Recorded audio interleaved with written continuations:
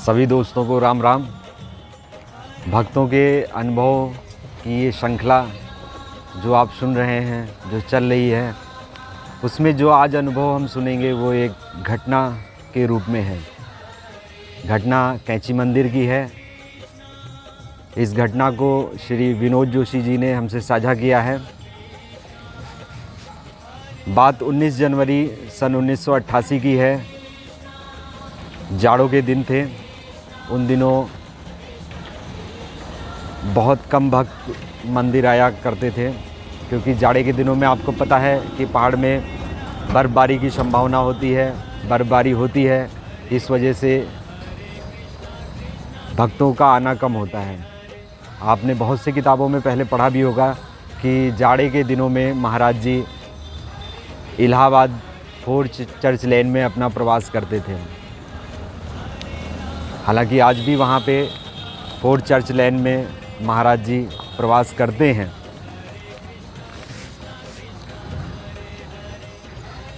त्रिलोक सिंह जो मंदिर के पुजारी हैं, उन्होंने मंदिर की साफ़ सफाई करने के बाद, सुबह की आरती होने के बाद मंदिर के सभी द्वारों पे ताला लगाया। जिस मंदिर में महाराज जी के विग्रह की स्थापना है, उस मंदिर में आप लोग गए होंगे तो देखा होगा कि उसका जो मुख है वो उत्तर की तरफ है और जो उसमें प्रवेश करने का द्वार है वो पश्चिम दिशा में है। तो उन्होंने उस मंदिर के भी द्वार को साफ सफाई आरती होने के बाद उस पर भी ताला लगा दिया। इन सारे कार्यक्रम के पश्चात त्रिलोक जी सुबह का बाल भोग लेने के लिए अंदर चले जाते हैं।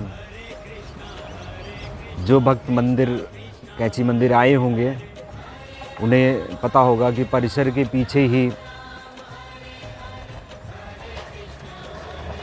जो रसोई है, जहाँ पे भोग लगने के बाद भक्तों को प्रसाद स्वरूप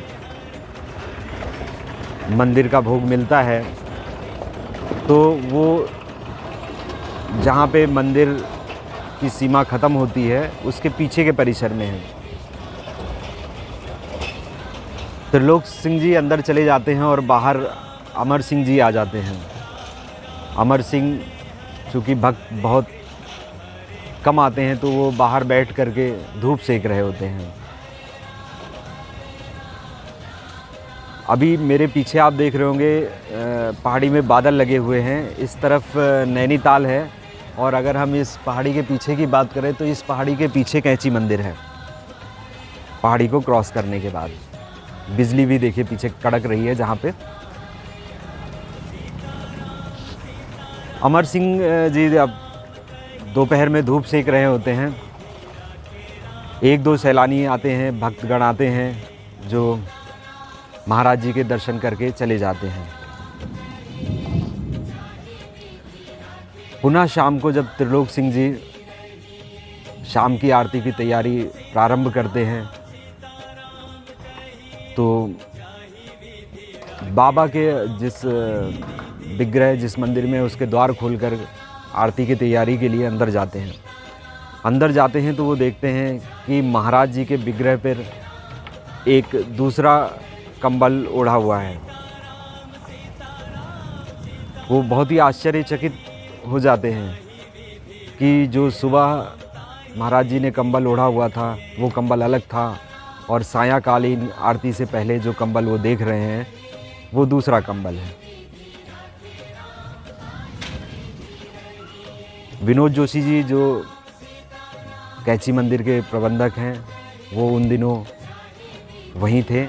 दिन में वो किसी कार्य हेतु कैंची मंदिर से थोड़ा सा आगे अगर आप आए होंगे तो आपने देखा होगा कैंची मंदिर का फार्म है, वो वहाँ गए हुए थे। शाम को जब वो लौट के आते हैं तो सभी उनको इस घटना के बारे में बताते हैं। वे भी मंदिर में प्रवेश करते हैं, विग्रह के पास जाते हैं, कंबल को देखते हैं। जो कंबल महाराज जी ने पहले से ओढ़ा हुआ था और जो ये कंबल था, दोनों में भिन्नता थी।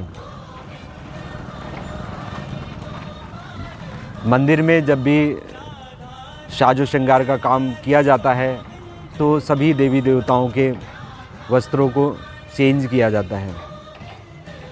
महाराज जी के विग्रह के भी वस्त्र विनोद जोशी जी चेंज करते हैं। चूँकि अभी इस बीच में वस्त्र उनके चेंज नहीं किए गए थे, तो ये संभावना भी नहीं थी कि वस्त्र चेंज करने से ये नया कंबल उनको ओढ़ाया गया हो। जोशी जी कहते हैं कि ये जो नया कंबल महाराज जी ने ओढ़ रखा था, वो सामान्यतः जो कंबल उनको ओढ़ाया जाता था उससे भिन्न था। महाराज जी को पता नहीं किस भक्त ने किस भाव से कंबल अर्पित किया होगा और वो कंबल महाराज जी कैंची मंदिर में ओढ़कर बैठे हुए हैं। कैसा ये दृश्य होगा, आप इसकी कल्पना करिए।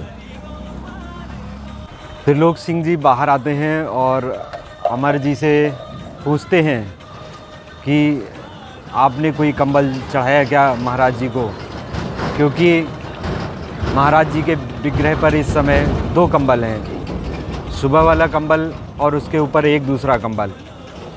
अमर जी भी आश्चर्यचकित हो जाते हैं, वो भी दौड़ कर आते हैं महाराज जी के विग्रह के पास, देखते हैं कि वास्तव में सुबह के कंबल के ऊपर महाराज जी दूसरा कंबल ओढ़ के बैठे हुए हैं।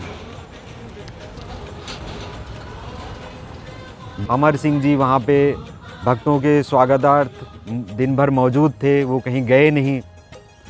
तो फिर ये दूसरा कंबल जो महाराज जी ओढ़ के बैठे हैं, ये कहाँ से आ गया? क्या किसी भक्त ने उस दिन पूर्ण समर्पण भाव के साथ महाराज जी को कंबल चढ़ाया हो और महाराज जी ने उसकी पूजा स्वीकार करने के बाद वो कंबल लेकर कैंची मंदिर में ओढ़ के बैठ गए? आज की घटना को सुनकर आपको निश्चित रूप से ये दृढ़ विश्वास हो जाएगा कि महाराज जी कहीं नहीं गए हैं, हमारे बीच में ही विराजमान हैं। और ऐसे ढेर सारे अनुभव हम आपके लिए लेकर आ रहे हैं, जिनसे आपकी भक्ति भावना बहुत ही प्रगाढ़ होगी। राम राम दोस्तों।